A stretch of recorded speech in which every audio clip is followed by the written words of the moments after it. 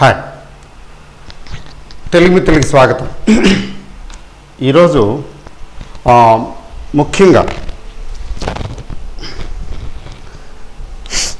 SEBI margin rules అమల్లోకి వచ్చాయి కాబట్టి సెబీ మార్జిన్ రూల్స్ గురించి మార్జిన్కి సంబంధించి ఇది చెప్తాను. First and foremost. తర్వాత moratorium of loans, interest waiver, దీని గురించి సుప్రీంకోర్టులో కేసు నడుస్తున్నది, రేపు కూడా ఉంటుంది. దాని గురించి 2 ముక్కలు చెప్తాను. తర్వాత 3 మార్కెట్స్.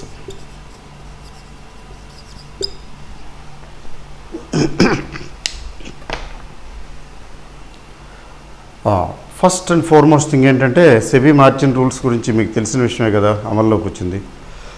ఇప్పుడు మనం ఏదైనా కొనాలనుకోండి,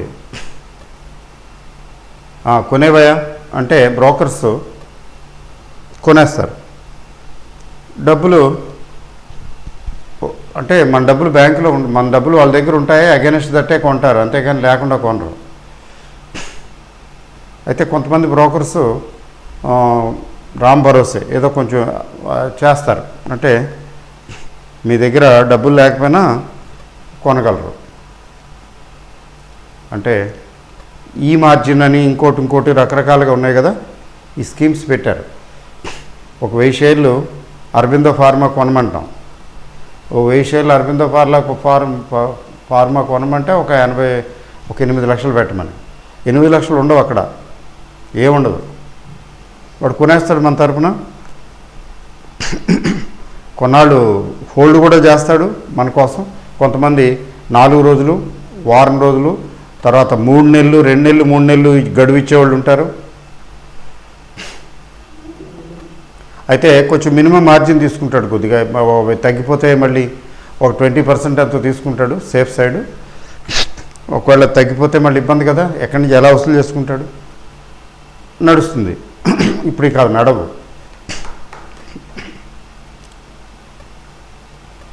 ఫస్ట్ అండ్ ఫార్మోస్ట్ థింగ్ ఏంటంటే 20% మీ ఏవైతే కొనాలనుకుంటున్నారో మినిమం, అసలు మొత్తం 100% ఉండాలనుకోండి.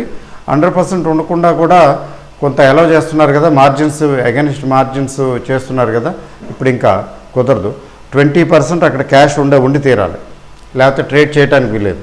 అది బ్రోకరు డిస్క్రిప్షను తన సొంత రిస్క్ మీద చేయటానికి కూడా లేదు, చేస్తే అది వైలేషనే.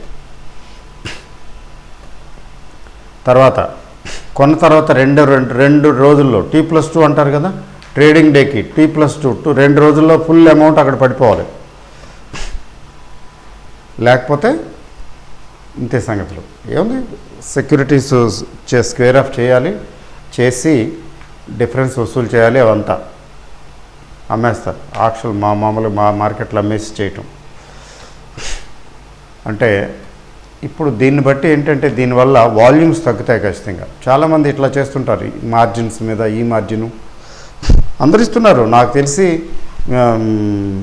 మోతీలాల్ ఓస్వాల్ నాకు HDFC బ్యాంకు వీళ్ళందరూ ఇస్తున్నారు. Now it is not possible. కొన్నారు అంటే 2 వర్కింగ్ డేస్లో డిపాజిట్ లేదా ఫినిష్. సెకండ్ ఏంటంటే ఇంతకుముందు కూడా చెప్పాను కదా, బై టుడే సెల్ టుమారో చాలామంది చేస్తుంటారు. ఇదొక టెక్నికల్గా కూడా చూసి ఈరోజు క్లోజింగ్ ఇక్కడ ఉంది కదా, కాబట్టి ఈరోజు ఇక్కడ క్లోజ్ అయింది కాబట్టి రేపు ఓపెనింగ్ బాగుంటుంది, ఎస్ ఇది కొనేయండి. అసలు BTSTL రికమెండేషన్స్, స్టాక్ అడ్వైజులు BTSTలే స్పెషలైజ్ చేసి అడ్వైజులు ఇస్తుంటారు. Totally ban, no BTST, buy today sell tomorrow లాగా. ఇవాళ కొని అలౌ చేస్తాడు, రేపు అమ్ముకోవచ్చు. నాకు చేసేవాడు, రెలిగేర్లో నాకు అకౌంట్ ఉండేది, అంత 7-8 ఏళ్ళ కిందట రెలిగేర్లో అకౌంట్ ఉండేది. వాడు చెప్పేవాడు, సార్ BTST ఇది మంచి ఇది ఉంది, ఇది కొనమంటారా, రేపు క్లోజ్ చేసేలాగా BTST ట్రేడ్. ఇంకా no more BTST, buy today sell tomorrow వీలు పడదు. ఇంకా క్యాష్లో చక్కగా డబ్బులు పెట్టుకుని క్యాష్లో కొనుక్కోవటం, పెట్టుకోవటం, కావాలనుకుంటే వచ్చిన తర్వాత అది అమ్ముకోవటం. ఇంకో ఎనదర్ ఇంపార్టెంట్ థింగ్ ఏంటంటే, ఏదైనా మీరు క్యాష్ మార్కెట్లో ఏదైనా అమ్మాలంటే, నేను డెరివేటివ్స్ గురించి మాట్లాడటం లేదు. డెరివేటివ్స్ వాటికి కూడా వడ్డన ఉంది. 2-3 నెలల్లో వడ్డించేస్తున్నారు. వాటికి కూడా ఇంట్రాడేకి అయితే మరీ గట్టిగా వడ్డించబోతున్నారు. కాకపోతే ప్రస్తుతం ఒక 2-3 నెలలు అన్నీ ఒకసారి చేస్తే బాగుండదని చెప్పి వీళ్ళ అభ్యర్థన ఉండటం వల్ల బ్రోకర్స్ మరి వాళ్ళ బిజినెస్ తగ్గిపోతుంది కదా. స్టాక్ ఎక్స్చేంజెస్ వీళ్ళ రిక్వెస్ట్ వల్ల సెబీ హోల్డ్లో పెట్టింది. అంటే ఇంట్రాడే ట్రేడ్ కూడా ఇంకా ఈజీ కాదు ముందు. అంటే ఇప్పుడు పర్లేదు, నడుస్తున్నది సేమ్. డెరివేటివ్స్ ఓకే నడుస్తున్నది. ముఖ్యంగా ఇప్పుడు పెట్టినటువంటి derivative system, margin system really it is a good margin system, good approach, మంచి అప్రోచే. మార్జిన్ పెంచి మార్జిన్ పెంచడం కూడా అది సరైనటువంటి సొల్యూషన్ కాదని వాళ్ళకి అర్థమైంది. అందుకని హెడ్జింగ్ బేస్డ్ మార్జిన్, హెడ్జింగ్ వల్ల ఏంటంటే మార్జిన్ ఆటోమేటిక్గా తగ్గిపోవడం. హెడ్జింగ్ చేసుకోకపోతే మార్జిన్ చాలా ఎక్కువ ఉంటుంది. ఇది చాలా ఉపయోగపడుతుంది. ముఖ్యంగా అందరికీ ఉపయోగపడుతుంది. ముఖ్యంగా చిన్న ట్రేడర్స్కి ఖచ్చితంగా ఇది ఉపయోగపడుతుంది. లాసెస్ కూడా హెవీ లాసెస్ రావు, ప్రాఫిట్స్ హెవీగా రావు కదా. న్యాచురల్గా ప్రాఫిట్స్ ఎక్కడ వస్తుంటాయి? డెరివేటివ్స్ చేసే వాళ్ళకి మెజారిటీకి లాసెసే వస్తుంటాయి. కాబట్టి సెలెక్టెడ్ ఫ్యూ పీపుల్కే ప్రాఫిట్స్ వస్తాయి. కాబట్టి వాళ్ళకి లాసెస్ తగ్గుతాయి, రిస్క్ తగ్గుతుంది. ఇప్పుడు క్యాష్కి అయితే చూడండి ఏంటి చేశారు. ఫర్ ఎగ్జాంపుల్ మనం క్యాష్ మార్కెట్లో ఏదైనా కొన్నాం, జాగ్రత్తగా వినండి. ఈరోజు ఏదైనా కొన్నాము, స్టేట్ బ్యాంక్ ఆఫ్ ఇండియా షేర్లు కొన్నాము 1 లక్ష రూపాయలకి. మనకి డబ్బులు ఉంటేనే తప్ప వాడు కొండు. స్పెషల్ కేసు అయితే 20% ఉండాలి. నార్మల్గా 100% అడుగుతాడు, లేదా స్పెషల్ అయితే 20%. ఉంది, కొన్నాడు. అది వెంటనే మన డిమాట్ అకౌంట్లోకి వస్తాయండి? రావు కదా. 2 రోజులు పడతాయి కదా. 2 రోజులు 3 రోజులు T+1 T+2 ఉంటుంది కదా. T+2 సెటిల్మెంట్కి వస్తాయి. ఈలోగా నిన్న కొన్నాను కదా ఇవాళ అమ్మేయమనటానికి కుదరదు. నిన్న కొని ఇవాళ అమ్మటం కుదరదు. చూడండి ట్రిక్. ఇట్లా పెద్ద బ్రోకర్స్ చేస్తుంటారు. వాళ్ళకి పెద్ద ఆపరేటర్స్ చేస్తుంటారు. వాళ్ళకి ఆ బ్రోకింగ్ ఫర్మ్స్ తోటి అండర్స్టాండింగ్ ఉంటుంది. కొందరైతే డైరెక్ట్గా మెంబర్సే డైరెక్ట్గా చేస్తుంటారు. స్టాక్ ఎక్స్చేంజ్ మెంబర్స్, వాళ్ళని అడిగేవాళ్ళు లేరు. స్టాక్ ఎక్స్చేంజ్ మెంబర్ కదా. బట్ అవి ఇప్పుడు కుదరదు. నేను ఈరోజు కొంటే నాకు 2 రోజులు పట్టినవ్వండి, 3 రోజులు పట్టినవ్వండి, నా డీమ్యాట్ అకౌంట్లోకి షేర్లు వస్తే నా డీమ్యాట్లో రిఫ్లెక్ట్ అవుతుంటే కనబడుతుంటేనే నేను అమ్మగలను, లేకపోతే అమ్మటానికి కుదరదు. ఇది స్ట్రిక్ట్గా ఫాలో అవుతాడు. ఇప్పుడు ఇక్కడ 100% ఫాలో అయితే ఇవ్వాల్సిందే. ఇంతకుముందు అదేం లేదు, అంత స్ట్రిక్ట్గా ఫాలో అవ్వాల్సింది ఏం లేదు. బ్రోకరు అమ్మి పెట్టేస్తాడు. ఇవాళ కొనటం, రేపు అమ్మేయటం, రేపతే ఎల్లుండి అమ్మేయటం. ఇప్పుడు అలా కుదరదు. ఇవాళ కొన్నామంటే అది నా డీమ్యాట్ అకౌంట్లో పడితేనే, అక్కడ రికార్డ్ అయితే, ఈ డీమ్యాట్లో కనపడుతుంటేనే అది తీసుకెళ్ళి అమ్మగలను, లేకపోతే కుదరదు. బాగుంది కదా. అంటే ఈ క్యాష్ మార్కెట్లో ఇన్వెస్టర్ పేరు మీద స్పెక్యులేషన్ ఎవరైతే చేయబోతున్నారో స్మాల్ స్పెక్యులేషన్, వాళ్ళకి ఇప్పుడు అవకాశం లేదు. Next, last but not least చూడండి. ఈరోజు నేను షేర్లు అమ్మాను. నా దగ్గర డీమ్యాట్లో ఉన్నాయి, అమ్మాను. డీమ్యాట్లో లేకపోతే అమ్మలేను కదా, అమ్మాను. నాకు నా అకౌంట్లో అంటే 1 లక్ష రూపాయలకి నేను బజాజ్ ఫైనాన్స్ అమ్మాను.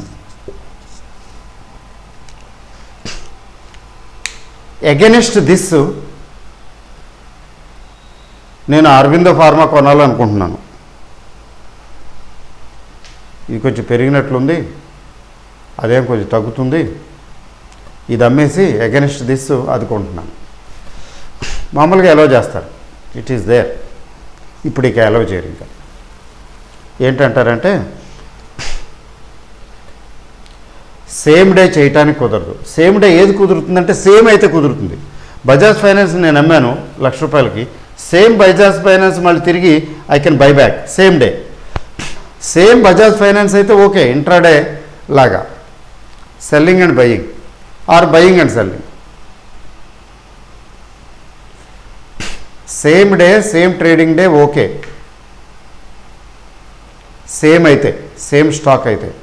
అలా కాకుండా డిఫరెంట్ స్టాక్ అనుకోండి, ఇవాళ అమ్మిన దానికి ఈ డబ్బులు ఉన్నాయి కదా, నా డబ్బులు ఇందులో ఉన్నాయి కదా, ఎలాగో గ్యారంటీకి వస్తాయి కదా, ఎగెనిస్ట్ దిస్ పలాంది కొనిపెట్టమంటే కొండదు.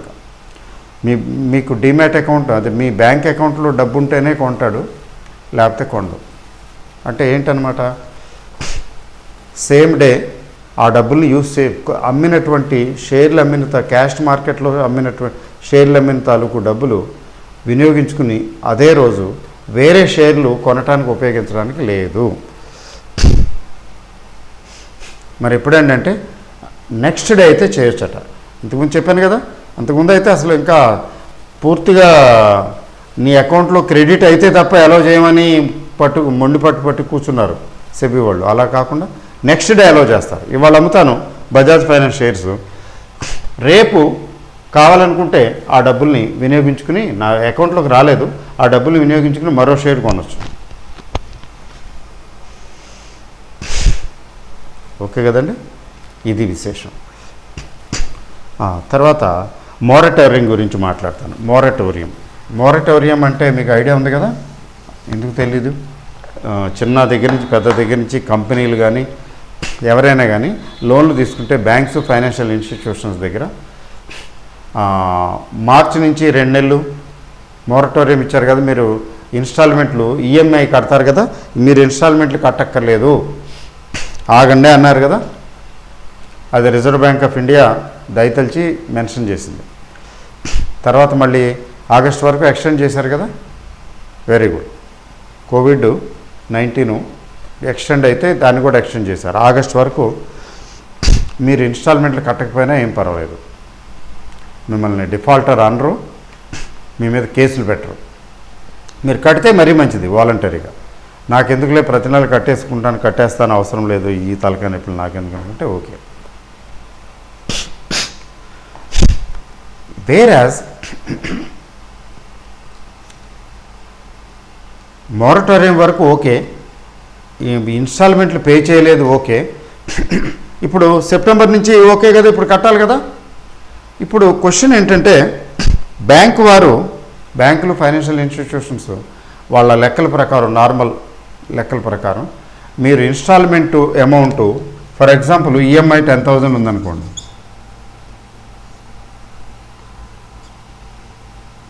తర్వాత ప్లస్ ఇంట్రెస్ట్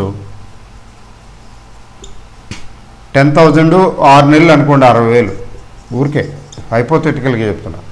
మరి వాటికి ఎక్రూడ్ ఇంట్రెస్ట్ ఉంది కదండి. ఇప్పుడు ఏం చేస్తున్నారు, నార్మల్గా చేసేదే ఇంట్రెస్ట్ ఏదైతే ఉందో, ఇంట్రెస్ట్ మీద interest on interest natural.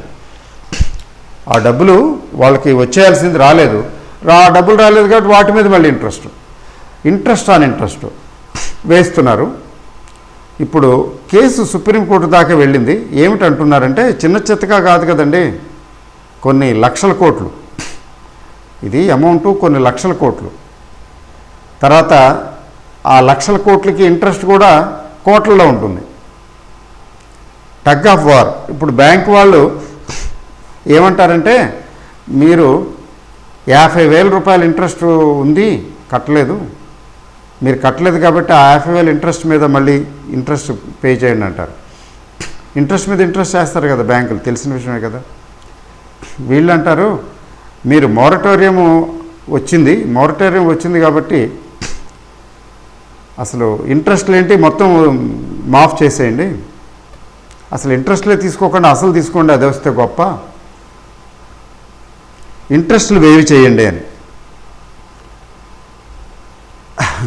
Interest on interest ruled out, మర్చిపోండి, అసలు ఇంట్రెస్టే తీసుకోకండి, వదిలేయండి అని. ఇప్పుడు సుప్రీంకోర్టు రేపు కూడా హీరింగ్ ఉంది. అయితే మధ్యమంగా నాకేమనిపిస్తుందంటే, ఓన్లీ పర్సనల్, నేనే సుప్రీంకోర్టు జడ్జిని కాదు కదా. ఇన్స్టాల్మెంట్లు పోస్ట్పోన్ చేశారు బికాజ్ ఆఫ్ కోవిడ్-19. మోరటోరియంని రెస్పెక్ట్ ఇచ్చారు. ఆర్బీఐ కూడా ఏం చేసింది? ఆర్బీఐ ఖచ్చితంగా కొంత హెల్ప్ చేయటం కోసం, సరే ఇప్పుడు ప్రస్తుతం మీరు పే చేయకండి తర్వాత చేదురుగానే చెప్పింది, బాగానే ఉంది. కానీ అంత మాత్రానికి అప్పు కాకుండా పోతుందా? ఊరికే ఇస్తారా? అప్పు ఉంటుంది కదా. ఎట్ ది మోస్ట్ ఏంటంటే అప్పు ఇది కట్టండి, ఇంట్రెస్ట్ కట్టండి, కాకపోతే కొంచెం ఇన్స్టాల్మెంట్లు కట్టండి, కొంచెం తర్వాత కట్టండి, ఈజీ ఇన్స్టాల్మెంట్లు కట్టండి, దీన్ని ఏదో 1 ఇయర్లోగా కొద్దిగా కట్టండి, ఈజీ ఇన్స్టాల్మెంట్లు, అట్లాంటివన్నీ అలౌ చేయొచ్చు. కానీ ఇంట్రెస్ట్ ఎలా వదులుకుంటారు? బ్యాంకులు ఫైనాన్షియల్ ఇన్స్టిట్యూషన్స్ కూడా ఇంట్రెస్ట్ మీదే కదా తెచ్చుకుంటాయి డబ్బులు. ఎక్కడైతే డబ్బులు తీసుకుంటున్నారో వాళ్ళకి ఇంట్రెస్ట్ పే చేస్తున్నారు కదా. వాళ్ళకేం ఫ్రీగా రావటం లేదు కదా funds. I'm paying interest somewhere and I'm giving you at a margin. So it is absurd. నేను ఇంట్రెస్ట్ వసూలు చేయకపోతే నా పరిస్థితి ఏంటి? సో ఇంట్రెస్ట్ని వేవ్ చేయటం లేదా వేవ్ చేయమనటం సబబు కాదు. కాబట్టి ఇంట్రెస్ట్ ఖచ్చితంగా వసూలు చేయటం జరుగుతుంది నేను అనుకోవటం. సుప్రీంకోర్టు వారు ఏం చెప్తారో చూద్దాం. ఇంట్రెస్ట్ వేవ్ చేయటం పద్ధతి కాదు. అయితే interest on interest loss of ఇన్కమే, లాసే ఒక రకంగా బ్యాంకుకి. ఇంట్రెస్ట్ ఆన్ ఇంట్రెస్ట్ చేయాలి, కానీ ఇప్పుడున్న పరిస్థితుల్లో ఇంట్రెస్ట్ ఆన్ ఇంట్రెస్ట్ వసూలు చేయటం భావ్యం కాదు. తర్వాత డిఫాల్టర్స్ ఎక్కువైపోతారు, పే చేయలేరు. అసలు అది పే చేయడానికే ఇప్పుడు ఎన్పిఎస్ బోల్డ్ని పెరిగిపోతాయి. It's not that easy for the banks to collect. అందుకనే బ్యాంకింగ్ అండ్ ఫైనాన్షియల్ ఇన్స్టిట్యూషన్స్ అంతగా ఎక్కువ రికవర్ అవ్వాల. ఈ మన నిఫ్టీ రికవర్ అయినంత బాగా బ్యాంక్ నిఫ్టీ రికవర్ అవ్వాల. ఎందుకంటే ప్రాబ్లం ఉంది బ్యాంకింగ్ సెక్టార్కి, బ్యాంకింగ్ అండ్ ఫైనాన్స్ సెక్టార్కి ఆ ప్రాబ్లం ఉండనే ఉంది. సో ఇంట్రెస్ట్ వసూలు చేయటం సబబే. ఇంకా దీన్ని ఇన్స్టాల్మెంట్లో కొంచెం తీరిగ్గా నిదానంగా కొద్దిగా వసూలు చేసుకోవటం సబబే. కానీ పూర్తిగా ఇంట్రెస్ట్ వేవ్ చేయటం మాత్రం సబబు కాదు. ఎందుకు వేవ్ చేయాలి? They are doing business, they are for business. నీకు అవసరానికి ఇచ్చారు, వసూలు చేస్తారు. అయితే ఇంకొక వాదన వచ్చింది. అయితే మీరు ఎట్ ది మోస్ట్ ఇంట్రెస్ట్ కానీ పరిస్థితులు బాగోలేదు, ఎట్ ది మోస్ట్ ఇంట్రెస్ట్ కానీ వసూలు చేసేటట్టయితే ఈ ఇంట్రెస్ట్ రేటు, మీరు వసూలు చేసే ఇంట్రెస్ట్ రేటు సబబు కాదు. మీరు డిపాజిటర్స్కి ఏ ఇంట్రెస్ట్ అయితే ఏ రేట్ ప్రకారం ఇస్తున్నారో ఆ మేరకు వసూలు చేయండి. అంటే నో లాస్ నో ప్రాఫిట్ లాగా.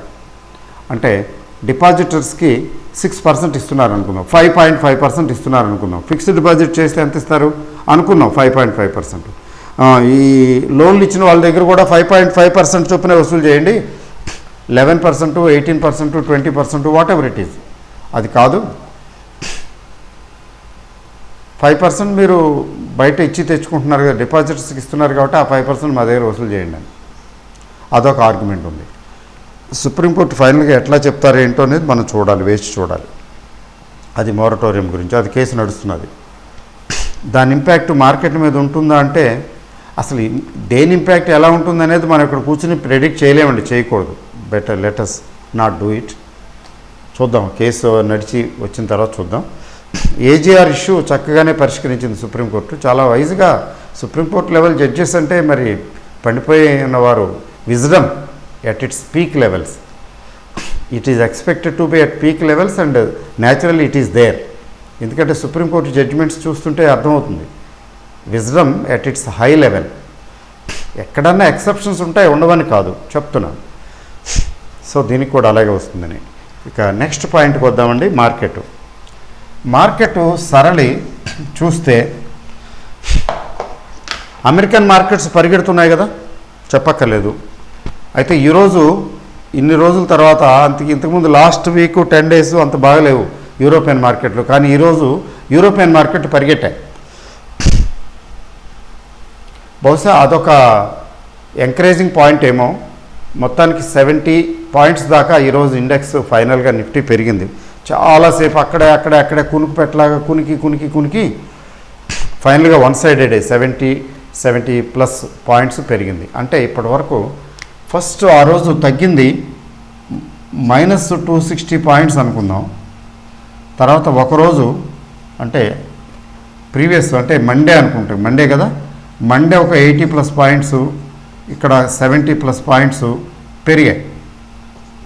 అంటే దాదాపు 100 పాయింట్స్ 110 పాయింట్స్ ఇంకా డెఫిసిట్ ఉంది. జాగ్రత్తగా వినండి, అర్థం చేసుకోండి. ఒక్క రోజులో 260 పాయింట్లు పడితే 2 రోజుల్లో క్యుములేటివ్గా ఒక 150 పాయింట్ల దాకా రికవర్ అయిపోయింది. ఇక్కడ ఈరోజు రికవర్ అవటం కొంచెం హోప్ఫుల్లే, అంటే పాజిటివే, అయితే 100% పాజిటివ్ కాదు. మరి 100% పాజిటివ్ కాదా? ఎందుకని ఏంటంటే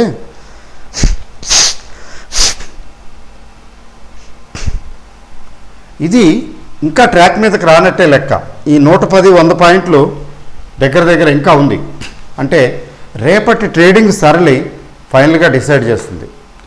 రేపు రికవర్ అయితే ఎస్ మళ్ళీ ట్రాక్స్ మీదకి వచ్చేసినట్టే, అంటే అక్కడి నుంచి మళ్ళీ పరిగెట్టడం అంటే మళ్ళీ పైకే అప్వార్డ్ జర్నీ మళ్ళీ, ఎందుకంటే అప్వార్డ్ జర్నీ బ్రేక్ అయింది. There is a break journey set చేసుకుని అంతా ఏదో అన్నీ సరి చేసుకుని ఏదో కార్ రెడీ అయింది అంటారు చూసారా బ్రేక్ డౌన్కి. ఆ బ్రేక్ డౌన్ని సెట్ చేసుకుని మళ్ళీ కారు తిరిగి ప్రయాణం మొదలుపెట్టింది. అలాగే ఈ బ్రేక్ జర్నీ నుంచి నార్మల్ ట్రాక్ మీదకి వచ్చేస్తుంది రేపు రేపు మార్కెట్ రికవర్ అయితే పెరిగితే. లేకపోతే మళ్ళీ ఈ బ్రేక్ జర్నీ కంటిన్యూషన్లో ఉన్నదని అర్థం. అర్థమైందండి? బ్రేక్ జర్నీ వచ్చింది, మళ్ళీ ఆన్ ది ట్రాక్, మళ్ళీ ట్రాక్కి అంటే మళ్ళీ రోడ్డు మీదకి ఎక్కలేదు బండి. రేపు ఎక్కుతుందో లేదో చూడాలి. రేపు కాకపోతే ఎల్లుండు, ఎల్లుండి కాకపోతే ఇంకా ఎల్లుండు 10 పాయింట్ల చొప్పున పెరిగి అలా మళ్ళీ ఫైనల్గా ట్రాక్ వచ్చేస్తే వన్ ఫైన్ డే. అక్కడి నుంచి మనం then we can force further journey onward journey. అప్పటి వరకు కూడా ట్రాక్ మీదకి రానంత వరకు కూడా జాగ్రత్తగా వెయిట్ అండ్ వాచ్. అందువలన ఇప్పుడు ఫ్రెష్ బయింగ్కి వెళ్ళవలసిన అవసరం లేదు. షార్ట్ టర్మ్ నేను చెప్పేది షార్ట్ టర్మ్ వారికి. అలా అని చెప్పి షార్ట్ సెల్లింగ్ చేద్దామా అంటే సెల్ సిగ్నల్ లేదు కదా. ఆ రోజు వచ్చింది, ఆ రోజు తగ్గింది, ఆ తర్వాత ఫర్దర్ సెల్ సిగ్నల్ ఏమి రాలా. అది కూడా సెల్ సిగ్నల్ ఇచ్చి తగ్గలా. చూడండి, అప్పుడు సెల్ సిగ్నల్ ఇచ్చి తగ్గలా, సడన్గా తగ్గింది. ఆ తర్వాత అది కామప్ అయిపోయింది. కాబట్టి అది సెల్ సిగ్నల్ అని భావించడానికి లేదు. అంటే మార్కెట్ ఏమిటి జరుగుతున్నది మార్కెట్లో అంటే బయర్స్ సీరియస్గా లేరు. దీన్ని 12,000 తీసుకెళ్ళిపోతాం గబగబా కానీ పదండి అని లేరు. అలానే సెల్లర్స్ కొట్టుబారేద్దాం, నిలవదు, ఇది ఎక్కడ నిలుస్తుంది అని చెప్పి సెల్లర్స్ కూడా లేరు. అంటే బయర్స్ సెల్లర్స్ కూడా వెయిట్ అండ్ వాచ్ మోడ్లో ఉన్నారు. అంటే బయర్స్ ఎందుకు హెజిటేట్ చేస్తున్నారు అంటే రానున్న టైంలో ఈవెంట్స్ ఎలా ఉంటాయి, వాటి పర్యవసానం ఎలా ఉంటుందో చూద్దాంలే అనుకుంటున్నారేమో, కాషస్గా ఉందాంలే అనుకుంటున్నారేమో. For example India China border ఉద్రిక్తతలు ఎలాగో ఉన్నాయి, అవేమీ తగ్గాయని కాదు, అలాగే ఉన్నాయి, కొద్దిగా ఉన్నాయి స్తబ్దతతోటి. అది ఒక ఇష్యూ అయ్యి ఉండొచ్చు. తర్వాత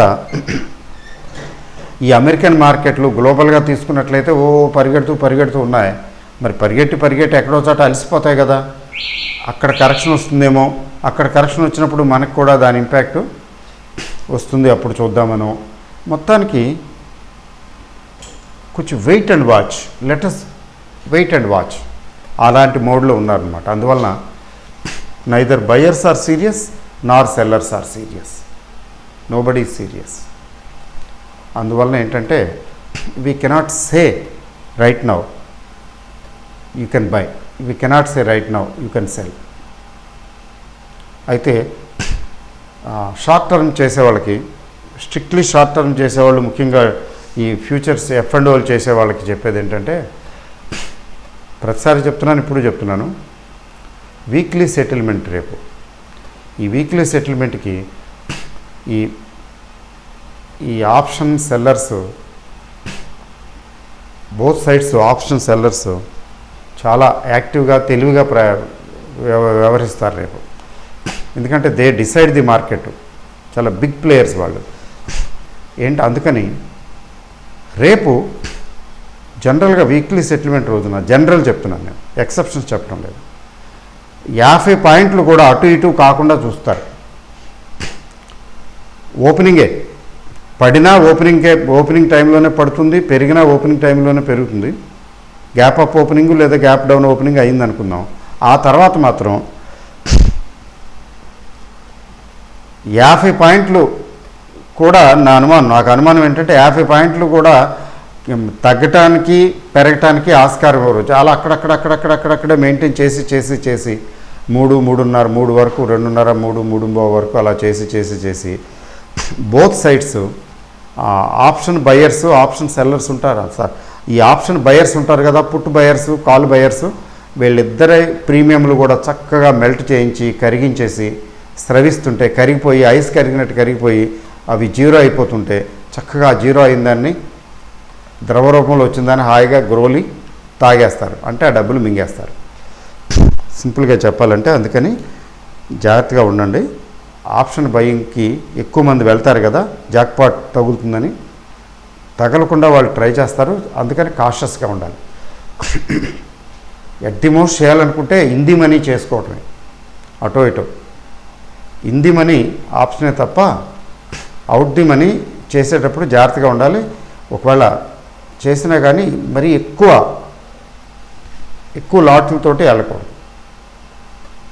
ఎందుకంటే ఈ డబ్బులు కరిగించేస్తారు ప్రతి వారం. అలాగా they make big money from the small traders. But exceptions అప్పుడప్పుడు దొరికిపోతారు. దొరకటం ఉందిలేండి, హెడ్జింగ్ చేసుకుంటారులేండి. వాళ్ళకి ట్రెండ్ ఏమైనా అనుమానం వస్తే హెడ్జింగ్ చేసుకుంటారు, చెప్తున్నా. అప్పుడప్పుడు ఎక్సెప్షనల్గా ఏమవుతుందంటే ఓవర్ బాట్ పొజిషనో లేకపోతే ఓవర్ సోల్డ్ పొజిషన్లోకి వెళ్ళి ఆ రోజు సెటిల్మెంట్ రోజు ముహూర్తం అక్కడి నుంచి రివర్స్ అవుతుంది. అట్లా రివర్స్ అయినప్పుడు 100-150 పాయింట్లు నిఫ్టీ, 100-150 పాయింట్లు లేదా 200 పాయింట్లు కన్నా నిఫ్టీ పెరగటం జరిగితే అట్టు తిరిగేసినట్టే. 10 రూపాయల ఆప్షను 100 రూపాయలు, 150 రూపాయలు, 200 రూపాయలు అయిపోయిన ఆశ్చర్యం లేదు. అట్లా రేరుగా వస్తుంది అవకాశం, once in a blue moon లాగా. నాకు తెలిసి 2 out of 10 టైమ్స్ వస్తుందేమో అట్లాంటి అవకాశం. అవుట్ ఆఫ్ 10 అకేషన్స్ ఒక 2 అకేషన్స్లో వస్తుందేమో. అందుకని ఏంటంటే కొంచెం జాగ్రత్తగా కాషియస్గా ఉండాలి రేపు, అంటే రేపటి రోజు వీక్లీ సెటిల్మెంట్ రోజు. ఓకే అండి, all the best, thank you very much, good night.